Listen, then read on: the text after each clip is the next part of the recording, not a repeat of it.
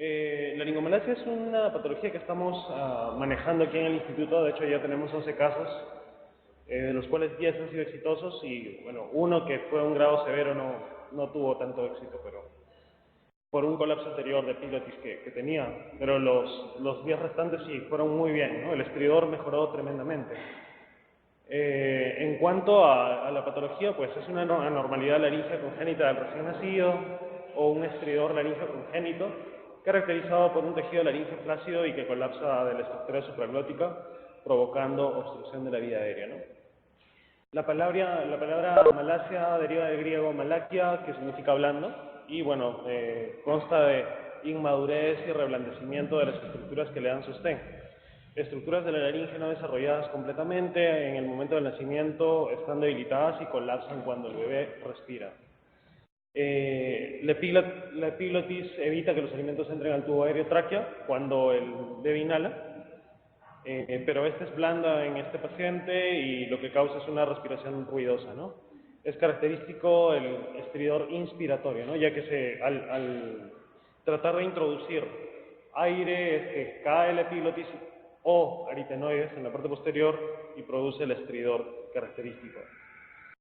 En cuanto a epidemiología, vamos a ver que es la causa más común de estridor en infantes, ¿no? Y 17% de ellos tienen otra lesión concomitante de vía aérea. Puede ocurrir en jóvenes y adultos también, pero es más común en recién nacidos a términos varones, ¿ya? Existe asociación con otros síndromes tipo reflujo gastroesofágico y patología neurológica como parálisis cerebral, y es algo que se debe analizar antes de pensar en intervenir al niño, ¿no? Vamos a ver luego las etapas de manejo. En cuanto a estudios epidemiológicos, todavía no tenemos un estudio aquí porque tenemos pocos pacientes, pero tal vez en un par de años ya tendremos resultados y, pues bueno, tomamos como ejemplo tal vez esta publicación de la revista chilena, en la cual observaron que en fibroscopías por estridor, ¿no? Se encontraron 133 veces laringomalacia y, bueno, mujeres fue el 59% de la frecuencia, en este caso no concuerda con lo mencionado anteriormente, en el caso de ellos, y hombres 55.6%, y el estridor, pues bueno, el congénito fue más frecuente, 78% versus el adquirido 22%. En cuanto a las alteraciones encontradas en la fibrolaringoscopía, pues se vio que lo más frecuente era la laringomalacia con un 71% de frecuencia, una estenosis subglótica de 10% y, bueno, traqueomalacia en el 8%, que también hay que tener en cuenta, ¿no? Y es por eso importante muchas veces entrar con el neumólogo para ver si hay algún colapso de tráquea. De hecho, eso solemos hacer aquí, ¿no? Coordinar con el servicio de neumología para descartar este tipo de patología. Otra causa frecuente también es parálisis de cuerdas vocales. Típicamente en pacientes que fueron posoperados del corazón suelen tener parálisis de cuerda vocal izquierda, ¿verdad? Y bueno, es otra causa frecuente también de estridor. En cuanto a la etiología, vamos a ver que una causa importante es la inmadurez cartilaginosa o una anormalidad anatómica, inmadurez neuromuscular o inflamatoria. Y bueno, principalmente una de las causas es el estirpe anatómico, otra es neurológico y otra va a ser la madurativa estructural, ¿no? Tenemos en este lado el trastorno neuromuscular esencial, que va a afectar músculos y ligamentos supraelóticos, y en este otro lado estructuras finas mal guiadas, que produce bordes laterales del epiglotis, como por ejemplo los bordes laterales del epiglotis y rapidares aritenoepilóticos que colapsan, ¿no? Todo esto produce una mala posición del vestíbulo laríngeo, un obstáculo, y produce aspiración de estructuras hacia el endolaríngeo, ¿no? A veces se observa aspiración de las aritenoides con o sin inclusión de rapidares aritenoepilóticos, como así también epiglotis acompañada o no por el resto de estructuras, ¿no? En cuanto a la normalidad anatómica, vemos que la laringomalacia es resultado de una exageración de la laringe infantil, ¿no? Es una laringe mucho más pequeña, tal vez con una epiglotis mucho más grande, las aritenoides más grandes, ¿no? Que colapsan, un pliegue aritenoepilótico corto, ¿no? Que hace que la laringe sea mucho más pequeña, y bueno, todo esto produce estridor, ¿no? Bueno, se menciona que no en todos los pacientes se encuentra epiglotis en omega, ¿no? De hecho, la mayoría de pacientes que entran a la laringoscopía para descartar la laringomalacia se observa, lo más frecuente son pliegues aritano-epiglóticos cortos, que producen tal vez una pequeña forma de omega en la epiglotis, pero básicamente por los pliegues aritano-epiglóticos cortos, ¿no? El acortamiento del pliegue aritano-epiglótico y colapso anterior del cartílago cuneiforme y corniculado, bueno, es frecuente, ¿no? Se creó un ratio, Manning et al. Crearon un reporte de una medición, ¿no? En una laringomalacia severa, medía 0.38, ¿no? Y en un control normal 0.53, es decir, usualmente esta es la medida en pacientes que tienen un pliegue aritano-epiglótico corto, ¿no? En cuanto a la inmadurez neurológica, el control neuromuscular es inmaduro, resulta hipotonía muscular, se ve un reflujo aductor laríngeo por mediación vagal del nervio laríngeo superior, receptores en pliegue aritano-epiglóticos alterados, una alteración en el tono laríngeo, disfunción sensorimotor integrada que produce un tono débil del laríngeo. En cuanto al tercer factor, en la inflamación, bueno, el reflujo puede producir edema, ¿no? Produce inflamación de la laringe, produce alteración o reblandecimiento de estas estructuras, y bueno, de hecho se ha encontrado un 65 a 100% en estos infantes su asociación con el reflujo gastroesofágico, ¿no? Ahora, obviamente, esto quiere decir que no todos los pacientes tienen un reflujo gastroesofágico asociado, y es por eso que en el momento de decidir el tratamiento con omeprazol es algo que se debe valorar de una forma muy acuciosa, ¿no? Ya que el omeprazol tiene muchos efectos adversos y no se debe iniciar en todo paciente que tiene estridor laríngeo, ¿no? Se recomienda, las últimas recomendaciones de los expertos están mencionando que se debería realizar un estudio de pH-metría para poder recién iniciar el omeprazol. En cuanto a la clínica, pues el estridor es el síntoma principal de la laringomalacia congénita. Se expresa como un sonido agudo, inspiratorio, que empeora con agitación, llanto y alimentación, o en una posición supina, ¿no? Se manifiesta después de las 2 primeras semanas. Y bueno, el tiempo medio de resolución del estridor suele ser 9 meses, 75% de ellos ya no tienen estridor a los 18 meses, ¿no? Usualmente es una patología que se recomienda observar si no existen factores de riesgo que puedan hacer que el niño tal vez no pueda aumentar de peso, ¿no? En cuanto a síntomas de alimentación, pues se ve el niño ahogado, tos, tiempo de alimentación prolongada, vómitos recurrentes, disfagia y pérdida de peso, ¿no? Todos estos ya son criterios para pensar en valorar seriamente una cirugía, ¿no? Una aspiración, apnea, hipoxia, cianosis recurrente, cor pulmonar, de hecho son ya indicación para una supraglotoplastia, ¿no? Pacientes que están en UCI, se realiza el diagnóstico de laringomalacia y bueno, entran para cirugía. De hecho, tenemos mucha más confianza si el paciente está intubado, ¿no? La cirugía se puede realizar con el tubo colocado y se realizan los cortes de los pliegues aritano-epiglóticos, ¿no? En cuanto a la clínica, pues se ve un reflujo gastroesofágico asociado con dificultad alimenticia, se puede evidenciar síntomas respiratorios como tiraje, disnea, cianosis, apneas. Alteración del crecimiento estatoponderal también es importante, hay que realizar una investigación de eso. El estridor comienza a los pocos días de la vida, 2 semanas más o menos, es de tipo inspiratorio, ¿no? Porque todo colapsa. Al ingresar aire a presión es agudo e intermitente, bueno, aumentando con la alimentación, el sueño o muchas veces la posición supina, ¿no? Muchas veces el niño tiene que buscar una posición en la cual no tiene estridor, ¿no? Y de esa manera tiene que ser observado.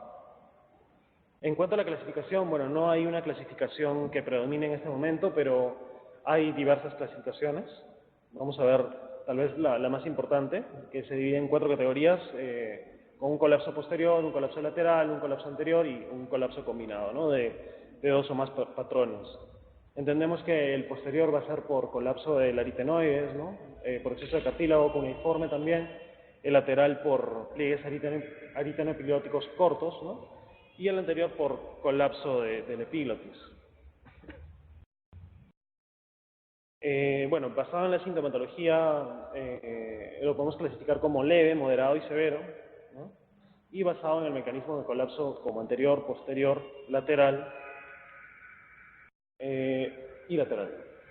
Bueno, vemos un colapso posterior.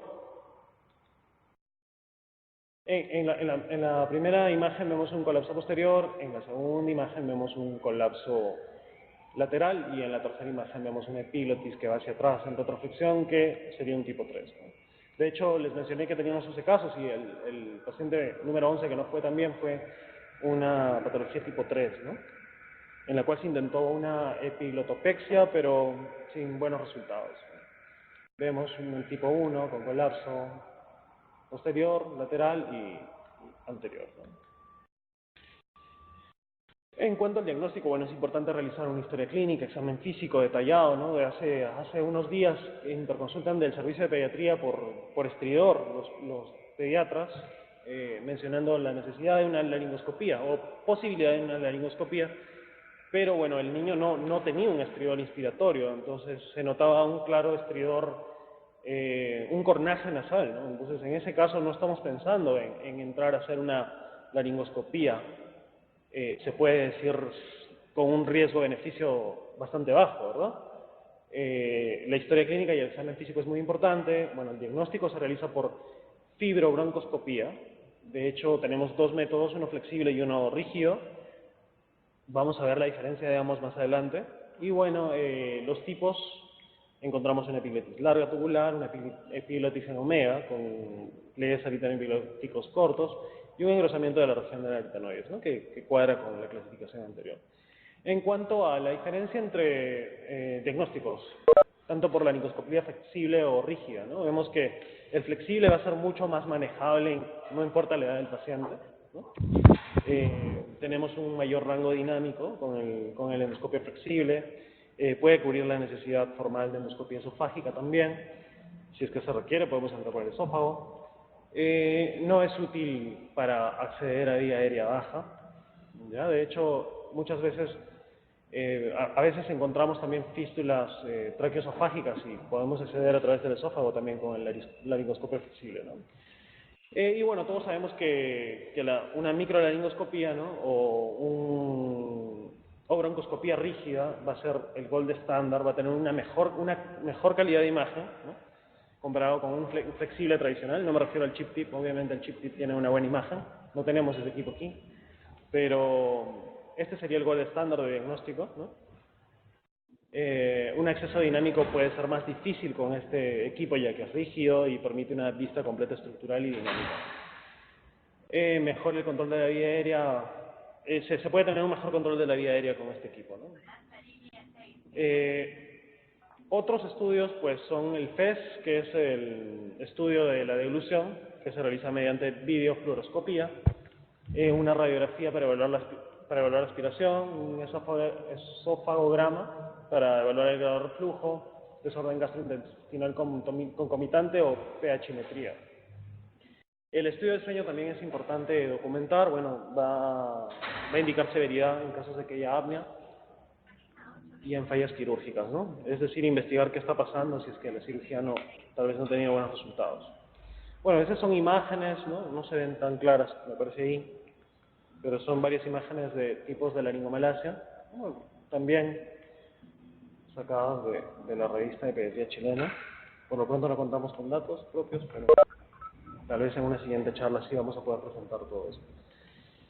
Diagnósticos diferenciales, pues congénitos, vamos a ver parálisis de cuerdas vocales, congénitas, hemangiomas subglóticos, membranas laringeas también, que es importante de diagnóstico que se realiza más fácilmente con el flexible, estenosis subglóticas, congénitas también, Pierre-Robin, anillos vasculares, adquiridos pueden ser la laringotraqueitis, cuerpos extraños, masa mediastínica, daño recurrente de laringe, tumores.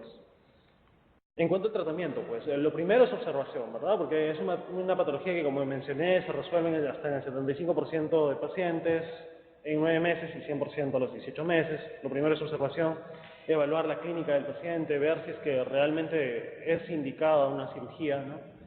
O incluso entrar para un diagnóstico, ¿no? Porque si es que observamos un estridor inspiratorio y vemos que el niño está mejorando conforme el pasar de los tiempos. Los padres suelen referir, ¿cómo está tu niño? Bueno, tiene estridor, pero está mejorando. Entonces, en ese caso, tampoco yo creo que no es recomendable entrar a una laringoscopía, que lo que va a requerir es anestesia general, ¿verdad? Y la anestesia general ya se ha visto que en menores de 3 años produce neurotoxicidad. Entonces, es muy importante evaluar los pacientes que van a entrar a la laringoscopía. En cuanto al manejo médico, pues se recomienda la supresión empírica del flujo ácido, pero esto debe ser razonado, ¿verdad? Se debería realizar estudios de pHimetría para poder iniciar el omeprazol, que es un medicamento que se usa bastante en este tipo de pacientes. Modificaciones de la alimentación y también posturas reposicionadoras, ¿no? Es decir, encontrar la mejor posición tal vez para el niño para que pueda disminuir el estridor y tenga una mejor respiración, ¿no? Usualmente los niños que tienen laringomalacia tienden a hiperextender el cuello. De hecho, tuvimos un paciente con síndrome de Down que estaba en UCI, o bueno, antes de estar en UCI ya tenía una tendencia a hiperextender el cuello, ¿no? Y eso lo hacen para que pueda pasar el aire mucho más fácil. Después de la cirugía y después de unos 5 días de estar intubado, se extubó y ya la posición cambió, ¿verdad? La posición de hiperextensión bajó y pudo respirar adecuadamente. Y el estridor bajó notoriamente, ¿no? Es bastante satisfactorio ver un paciente que se recupera después de una cirugía de este tipo. En cuanto a la parte quirúrgica, tenemos la supraglotoplastia, que puede consistir en cortar parte de aritenoides corniculados, cortar el pliegue aritenoepiglotico es lo más frecuente, una epiglotopexia en el tipo 3, y hasta que realmente se evita, solo tal vez en una segunda cirugía se puede realizar este procedimiento si se desea continuar intentando, ¿verdad? Porque entrar en una traqueostomía es lo que debemos evitar. Entonces, estos son los pasos que realizamos, ¿no? Observación, tratamiento médico, con el tratamiento médico, el tratamiento quirúrgico, que es la supraglotoplastia. Si no hay mejoría, siempre información hacia los padres. Se puede realizar una epiglotopexia para ver cómo va. Si no da buenos resultados, ya lo que se sugiere es una traqueostomía, ¿no? En el caso de que haya intubación prolongada, no haya mejoría del paciente. Y bueno, es importante decidir cuáles van a ser las indicaciones, ¿no? Absolutas, cor pulmonare, hipoxia, apnea, cianosis recurrente, falta de desarrollo, pectus excavatum, estridor con compromiso respiratorio, estridor con represiones significantes. Algunas relativas son aspiración, niños difíciles de alimentar en quienes ha fallado la intervención médica, dificultad para alimentarse con pérdida de peso, ¿no? También son relativos. Y pues bueno, recuerdo cuando era residente pensaba operar un B debe ser súper complicado, y esta charla realmente la preparé cuando era R1 y veía los videos y yo me imaginaba esto debe ser súper complicado, hasta que de R2 tuve la oportunidad de operar una laringomalacia en el niño de Breña, y la cirugía que realizamos fue con radiofrecuencia. Los resultados fueron muy buenos. Y realmente no es complicado. Si se tiene un anestesiólogo que pueda manejar bien vía aérea, si se tienen todas las pinzas y herramientas para poder realizar esta cirugía, pues se puede realizar incluso con técnica fría. Puede existir un poco de temor al momento de cortar, el sangrado puede preocupar, pero realmente es una zona que no sangra, como se ve en la imagen, como se ve en el video, no sangra mucho. Ya es algo que quedan solo restos, como vemos aquí, ¿verdad? Ahora, la incisión que realizamos es una incisión en triángulo, ¿verdad? Una posterior y anterior, esto para que disminuya el riesgo de sinequia, porque solo cortar puede hacer que ambas estructuras se vuelvan a pegar, ¿no?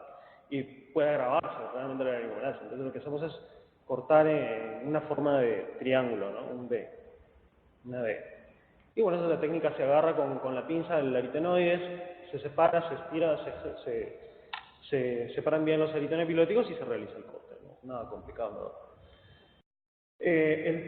Vemos entonces, de acuerdo al tipo de laringomalacias, que vamos a tener varias técnicas operatorias, ¿no? La más frecuente es la que vimos en el video, y es la que usualmente hacemos. Entonces, en cuanto al tratamiento, resolución espontánea, 100%, 18 meses. Signos de agravamiento a los cuales tenemos que estar atentos y a pensar en una laringoscopía diagnóstica y intervención, dificultades de alimentación, disnea, taquipnea, cianosis, apnea. El estudio debe ser completo por microcirugía endoscópica, ¿no? Y es importante realizar el estudio también del reflujo gastroesofágico para iniciar el tratamiento. No se trata de dar inmediatamente el omeprazol, ya que hemos visto que solo del 65 al 100% se asocia a reflujo gastroesofágico. ¿Ya? Entonces, bueno, paciente con clínica, lo que vamos a hacer para no ser tan invasivos es pedir tal vez una radiografía anteroposterior o lateral de tórax y cuello, ¿no? Evidenciar si es que hay alguna alteración evidencial en la radiografía. Si existe dificultad respiratoria, si existe dificultad respiratoria, ya estamos pensando en una laringoscopía flexible, ¿no? O endoscopía esofágica, broncoscopía bueno, descartar parálisis de cuerdas vocales o una traqueomalacia, ya que puede no ser solo una laringomalacia, ¿verdad? Y operar solo una laringomalacia, teniendo una traqueomalacia, no vamos a tener unos buenos resultados, ¿no? Es importante descartar estas dos patologías también. Sí, bueno, al final decidimos entrar, no existen estas anormalidades, pero decidimos entrar, podemos realizar una laringoscopía flexible nada más. En el peor de los casos encontramos con una laringomalacia. Si no existe esto, realizar un esofagograma para descartar reflujo gastroesofágico, las anormalidades vasculares o ver si es normal, ¿no? Y bueno, como conclusiones, vamos a mencionar que todo estridor debe ser evaluado. La causa más común, tanto como historia clínica como evaluado, no me refiero a una laringoscopía, ¿verdad? La causa más común de estridor congénito es la laringomalacia. La laringomalacia generalmente tiene una resolución espontánea alrededor de los 18 meses. Siempre descartar diagnósticos diferenciales. Se debe tratar la patología que acompaña la laringomalacia, ya que puede ser un factor agravante de signos de sintomatología. Actualmente, para los casos graves, existen técnicas de microcirugía endoscópica para resolución de la obstrucción y el diagnóstico debe ser realizado por fibrolaringoscopía y no por suposición diagnóstica, ¿no? En casos que ameriten, obviamente. Bueno, ese es el lugar donde hice la residencia. Como les mencioné, bueno, esta charla la hice durante mi periodo de residencia. Le tengo mucho cariño al hospital, obviamente. Y, bueno, estamos aquí en el curso de implantes cocleares que se realizó hace ya 1 año y medio con el doctor Prieto. Tenemos una sala experimental con 7 microscopios, 2 salas de operaciones para entrenamiento endoscópico también. El próximo año están invitados para un hands-on que se va a realizar. Están viniendo doctores del extranjero también para poder hacer un hands-on en laringe. Más o menos va a ser en mayo o junio, se va a definir la fecha. Bueno, tenemos el correo de todos, así que se les va a estar informando, ¿no? Bueno, y gracias por su atención. Si tuvieran alguna pregunta...